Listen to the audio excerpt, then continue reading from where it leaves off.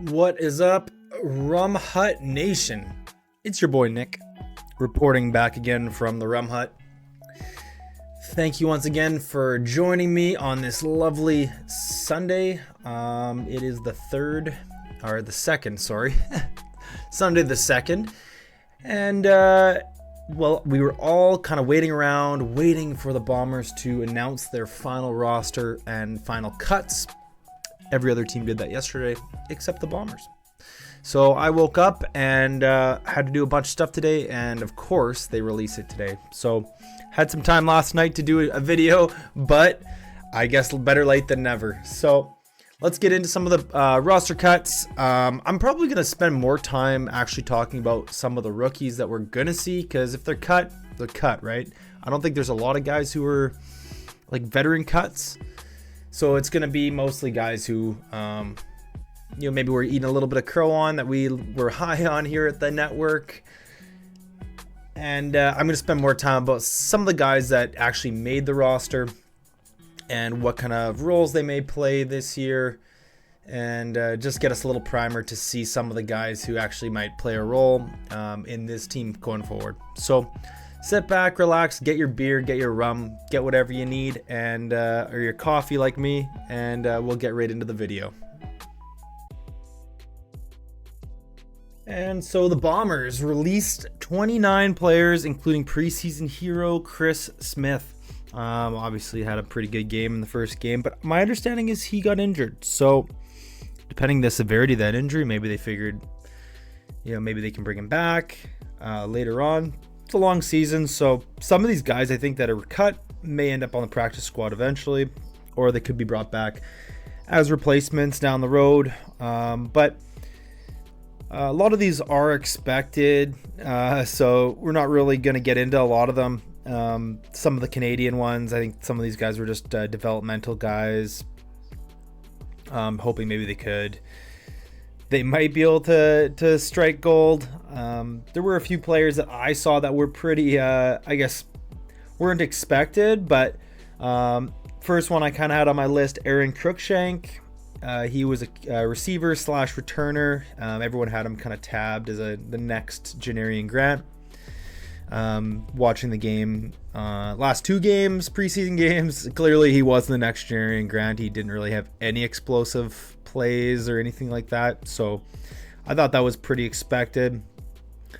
Darren Granger, quarterback, he had no chance because he was brought in like 5 days before the end of camp. So feel bad for him, but he didn't do anything in the game, so it's tough to really know what he's worth or what he's made out of. But I guess they gave him a chance at least. He got quite a bit of playing time until he got hurt. Dylan Moses, American linebacker. He was one of the guys that I was high on. He was from Alabama, had a pretty big injury in his college days, and then he caught another injury, was my understanding, in like the second game. So he's another one. Like sometimes I think some of these guys, they might be injured for quite a while and they could be brought back eventually if they have injuries and things like that. So I wouldn't completely rule out any of these guys, even if they were completely cut. Maybe they just didn't want to wait around on the practice squad. I wouldn't be too think some of these guys are completely done, like they're never going to come back or anything like that. Chauncey Rivers, he was another guy that I was sort of high on. I thought he had a good game in Sask, and I thought he actually had a fairly decent game against Calgary. So that was one that I think he had a sack. So kind of interesting that he got cut as well. Chris Smith, and obviously he was the guy who had that big return. And then Johnny Patrician. Johnny Patrician was one of the guys I was kind of high on. I thought he had a fairly good couple games. Obviously we don't see what happens in camp. So he was another one that I was a little bit surprised about, but overall, I think that it's all guys auditioning for roles. No huge surprises, like no veterans being cut, which it means that in my mind maybe they're satisfied with those guys, but you can't be complacent. So that's kind of just depends how strong of a class of rookies we had here. Couple guys added to the practice roster. Josh Johnson, I thought, was a fairly decent player. I'm not really too familiar with a lot of these guys. Tyreek McGee, he got burnt last game, but other than that, I think he was all right. Jeremy Murphy, another Canadian receiver. I think he was with the team last year as well, and he was. I think he's like a pretty good guy who could fill in for, various different Canadian receivers if they get injured. Then we get into the ones that I really want to talk more about, and these are the guys who actually made the team. I'm not going to really talk too much about like the Canadian draft pick kind of players like Chris Ike and Kevin Sklercius. Like, we knew they were going to make the squad. They were drafted in like the second round, so like, there's Gabe Wallace. There's no reason for them to cut them. There's a few other ones here. Max Charbonneau, I think, was a pick or Canadian. I don't have a lot of information on him, but I did make some notes here. A couple that stuck out to me: Michael Ayers. He went to Ashland University, which I have zero idea where in the world that is. 0-star recruit out of high school. He was a walk-on at Ashland University. Like, I think I could walk on to Ashland University. When he first started in university, he was 167 pounds and he played corner. Then he got injured, and then apparently he somehow gained 50 pounds, like out of nowhere, like overnight.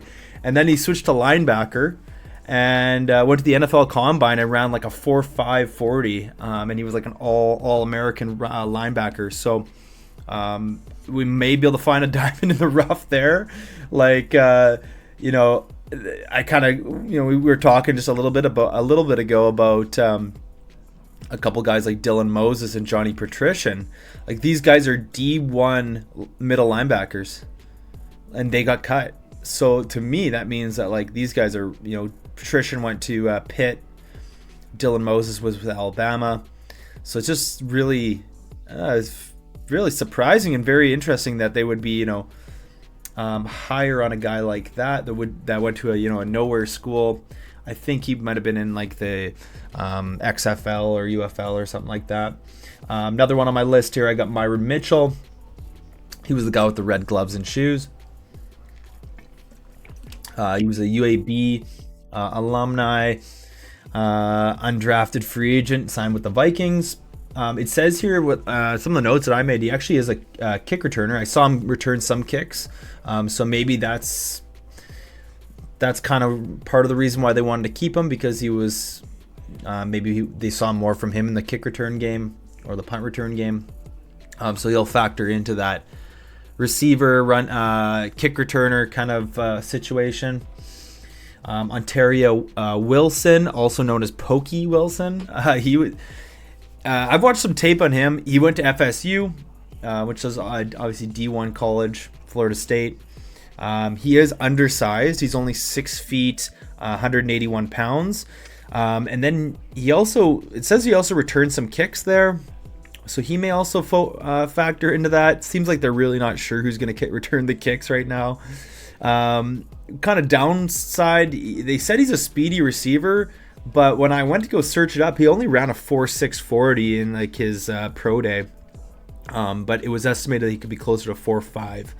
So, I mean, for a small receiver, you probably want to see him running more into the 4.4s, but as long as he plays faster on the field, I guess that's all that really matters. And he also makes some incredible catches that I've seen just watching some highlights and things like that. Devin Adams was another one who made the team. That's another one. Like, I think they prefer guys who go to these absolutely nowhere schools. Like, this guy went to Peru State. Where in the world is Peru State? If you want to know, it's not actually in Peru. It's in Nebraska. He's a D lineman / kicker.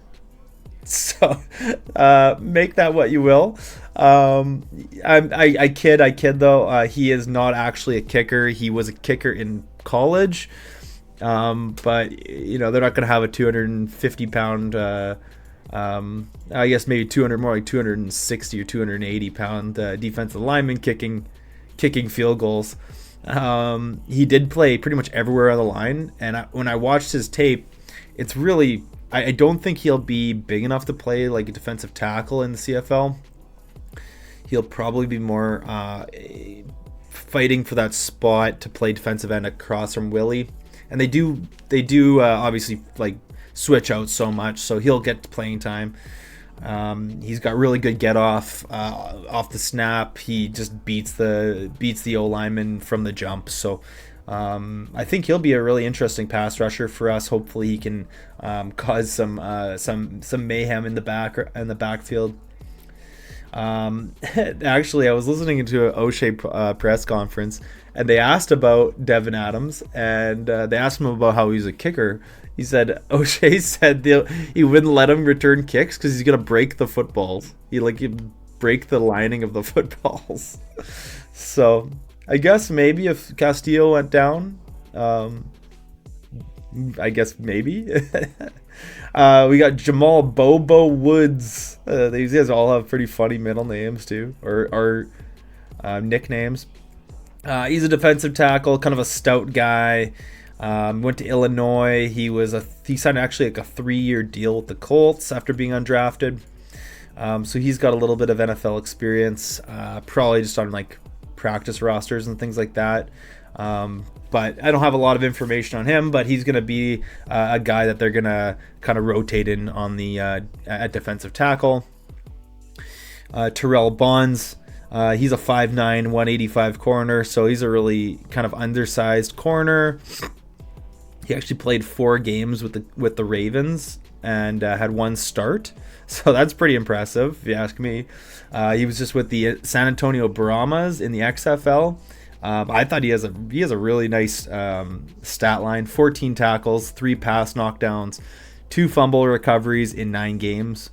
I've seen him play. Just watched his tape. There was some tape online, and it looks like he plays well in the slot, and he also plays well outside as well. So he'll probably be like I would say he could probably pick up playing halfback. I would really like to see him there. He's also a sure tackler, so coming in on some blitzes and things like that, I think he might be a nice fit there. The last one I have on my list here is Marcus Bridges. He's a 4-time D2 national champ at NDSU and Fargo. He's a taller DB. He's like 5'11", and he also played like pretty much everywhere on the defense there. So it'd be interesting to see where they put him. I could actually see him like playing will linebacker, maybe some safety, maybe a bit of halfback. I don't know if I really see him as an outside corner in the CFL.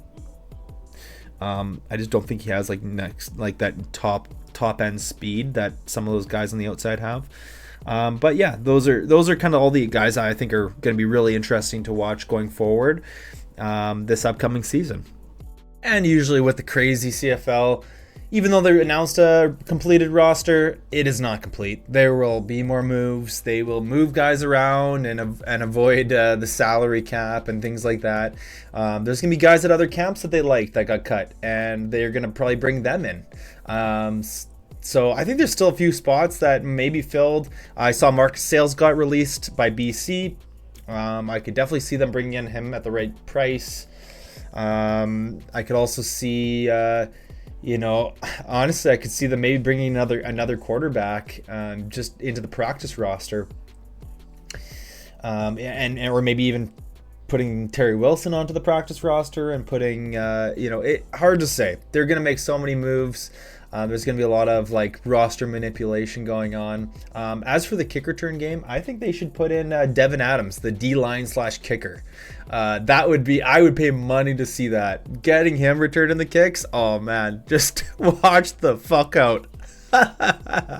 Oh, dude, I would actually pay good money to see that. So that is something I'll get behind. I'm actually going to be petitioning for that. So I might make a sign next game and everything. So yeah, we'll see how that goes. See how the roster shakes out Thursday. Can't wait to get back into the action. That's pretty much all I have for that.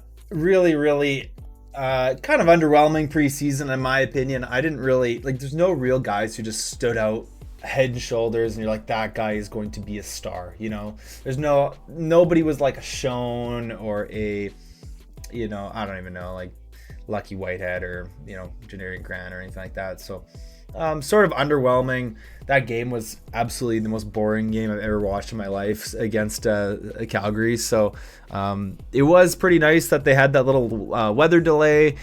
We got lucky, and since I'm hanging out at the Rum Hut all the time, we actually got lucky and got to stay in the Amsterdam, or Alberta Pure Vodka. That was a pretty good place to be stuck. Not gonna lie, for an hour or hour and a half while that was delayed. But yeah, it was amazing to be back in the stadium with all you guys. It was fucking awesome. Had a great time, regardless of how boring the game was. We had our tailgate out by the Subway soccer complex. Another awesome time out there. So many other people tailgating the preseason, which would I love to see. Nobody beats Bomber fans in the CFL for tailgating and partying, and honestly just support in general. And I also ran into a couple people who have been watching the videos, which is unbelievable. A lot of my own friends, but and people I didn't really think would been watching. So thank you once again for for tuning in. It means a lot to me that you guys are taking time out of your busy schedules and out of your day to watch me ramble about football, even when it's not the most exciting content. But we are one step closer to the start of the regular season. On Thursday, the Bombers are taking on Montreal, so I'm probably going to come back with another video later on this week, just to preview the upcoming game, and I am going to try to get down there as early as I can to get a little bit of tailgating in, and then once again I'm going to be back down here at the Rum Hut to see all you lovely people. Thank you so much once again for watching. If you do like this kind of content and you'd enjoy the video and you want to see more, please hit the subscribe button right down here. Really helps me out. Hit the like button. Leave a comment if I missed anything. If you have any questions and you want to bring it up with the next thing, or have suggestions for a video series or anything like that, I'm happy to do it. So please leave your comments right down below as well. Peace and go Bombers.